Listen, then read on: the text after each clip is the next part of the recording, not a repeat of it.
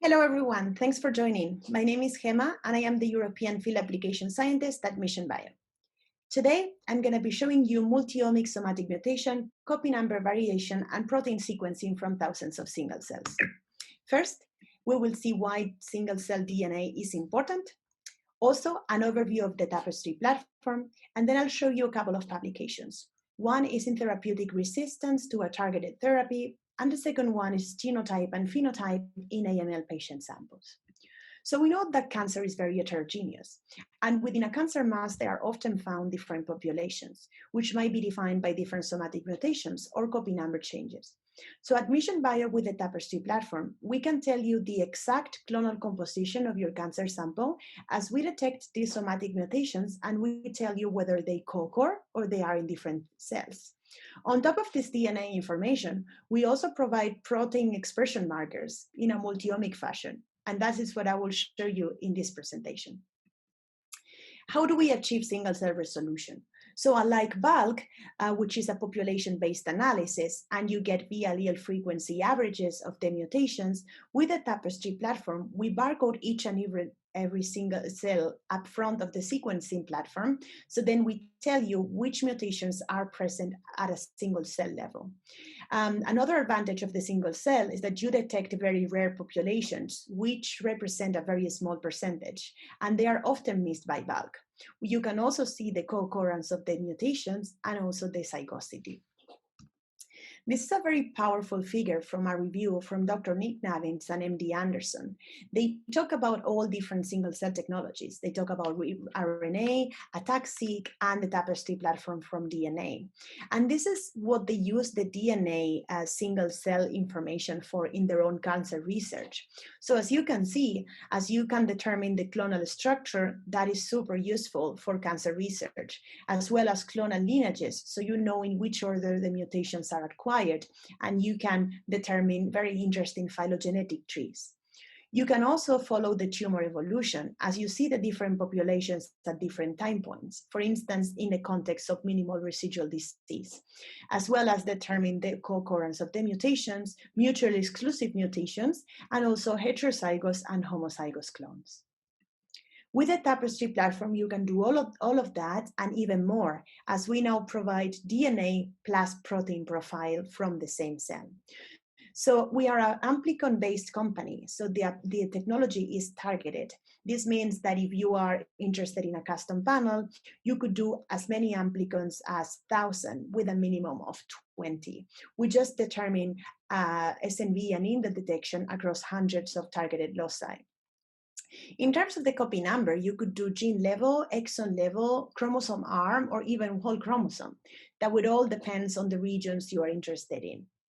The throughput is quite high. You get 5,000 to 10,000 cells per sample, starting with 100,000.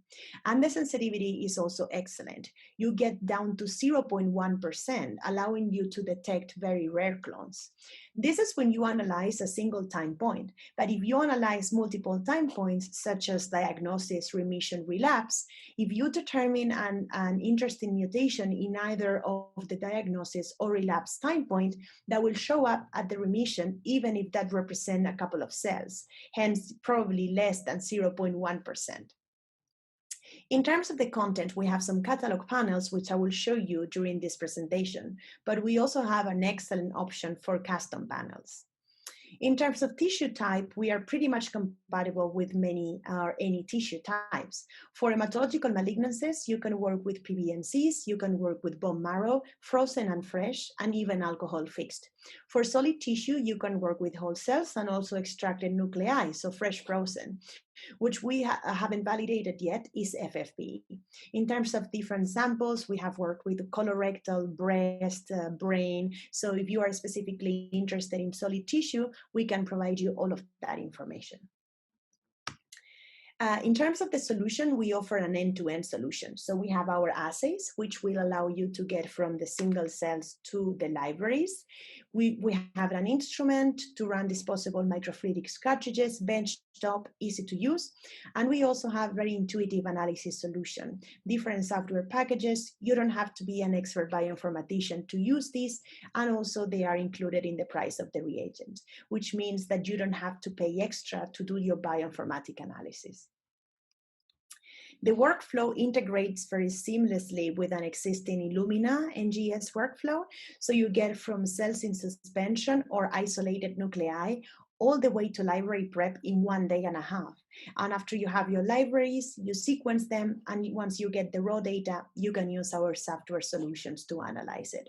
So in 1.5 days, you get from the cells to the library, then whatever the sequencing takes, and you are ready to analyze the data with our tools. So what happens here? Our workflow is a novel two-step encapsulation workflow, and we work with disposable microfluidics cartridges. Here, during the first encapsulation step, called encapsulation, we will be encapsulating single cells in 40-micron oil droplets with a protease solution. This step takes 5 minutes, and we follow 5% Poisson distribution. This means that we generate millions of droplets, but only 5% contain a cell. That will help us minimize the number of tablets that you will get at the end. So after you do the encapsulation and you have single cells in suspension, you have them inside droplets. So we proceed to lysis. During the lysis, we digest the DNA binding protein, and you have a nice genomic DNA lysate for a single cell. After that, we proceed to the second encapsulation, where we now mix the DNA of a single cell with all the reagents you require and primers to perform PCR downstream, and also a unique barcode. So essentially what you generate is a nano PCR reactor that contains the genomic DNA of a single cell and unique barcode, and all the primers and enzymes required to perform amplification downstream. The second day is a standard library preparation.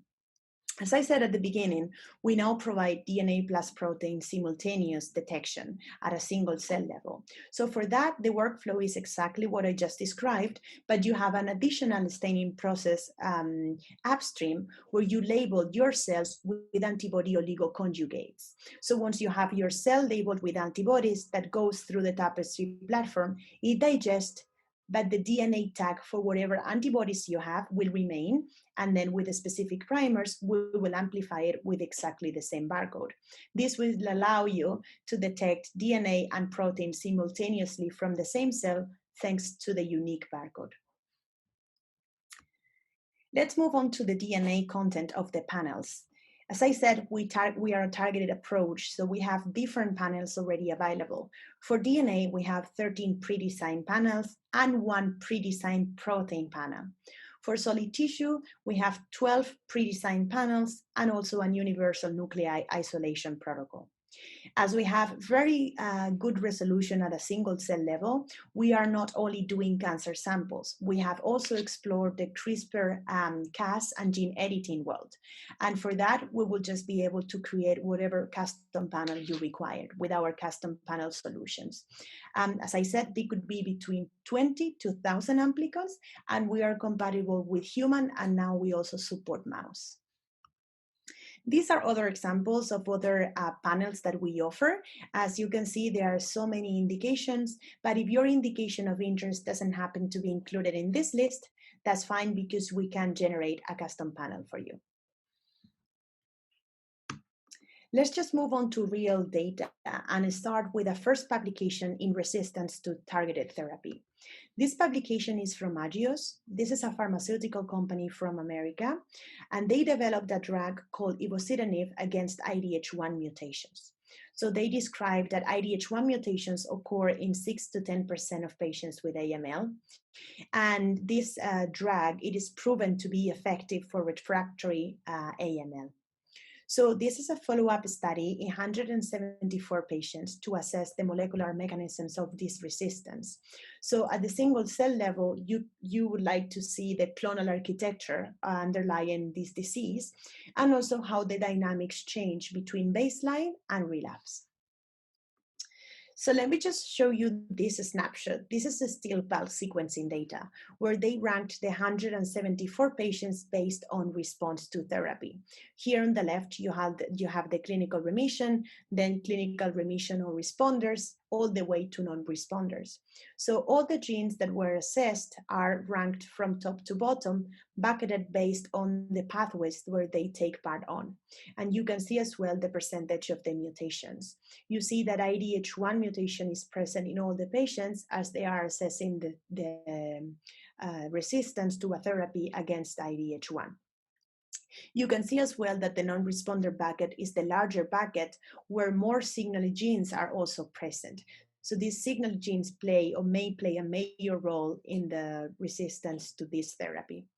As I said, this is still bulk sequencing data, but they selected a small cohort of this group to analyze at a single cell level, which was this group, was those patients who had IDH1 and IDH2 mutations. Why? Because cagios also have a drug against IDH2. So they were so interested to see at a single cell level the different patterns of clonal heterogeneity and resistance to the therapy, because they could help this patient by providing a therapy against IDH2. So I will show you here different clonal architectures, different scenarios that they found in the cohort of 9 patients. The first one was found in 6 out of 9 patients, where you see IDH1 and IDH2 co-occurring mutations. As you can see here, at the time of diagnosis, you see 2 IDH clones, NPM1 and NRAS here, and NPM1 FLT3 tyrosine kinase domain, that then acquires an IDH2 mutation at the time of relapse. So this might be the mechanism of resistance, and therefore these patients might benefit of a dual therapy with the other drug Agios developed against IDH2. In 2 out of 9 patients, it happens something that is called isoform switching. And as we can see here, the IDH1 clone now goes down, disappears at the same time as an IDH2 new clone arises at the time of relapse. So here was found in 2 out of 9 patients. You also see other clones found in the background. So in 1 out of 9 patients, actually, they found an IDH2 mutation at the time of relapse, which is not necessarily perhaps the most disease-driven one because of the percentage that it represents.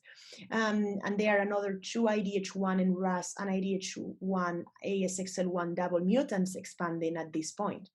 The interesting thing about these patients is that you can see that the IDH2 mutation was already found at the time of diagnosis. So super useful information at a single cell level to assess monitoring and also predict the response of these patients to treatment. More information is found in this publication from this year that was published in Blood Advances at the beginning of 2020. Okay, so let's move on to multi-omics. So our multi-omics solution is somatic mutation, copy number, and protein. Nature method named Multi-Modal Single-Cell Sequencing the method of the year, and we are really excited to be one of the companies providing this multi-omics solution.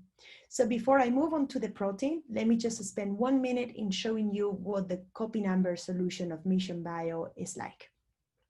So we are a targeted approach, and that means that you can select which regions of the genome you are most interested in to put amplicons and do copy number. And that copy number analysis will always come with somatic mutation information. So the targeted approach, unlike single-cell whole genome amplification, allows you to get maximum coverage, maximum reads per cell, and very good resolution with minimum sequencing costs. So the number of amplicons will depend on the event that you want to detect. But we recommend between 5 and 12 to have good copy number calling. So if you are wondering whether you need 2 samples in order to call copy number, the answer is no, because we get the information about normal cells based on genotype on your own sample. So essentially, we will determine what the control population is and then normalize the sequencing reads of the other populations in order to provide you with copy number information. If you require more information on this topic, we can provide it to you. Now let's move on to the protein part. So how many amplicons can I analyze, how many antibodies, can I analyze at the same time? So you could do up to 45 or even more. And this is thanks to a partnership Mission Bio has with BioLegend. So in terms of the workflow, it is the same workflow I just explained at the beginning, with the addition of a staining step upstream of the Tapestri platform, where you will be staining your cells with antibody conjugated to a specific oligo. Once you get the sequencing data, you can use our software solutions to analyze it. We have very easy to use tools to do the multi-omic analysis, DNA plus protein. Having said that, let's move on to our next publication.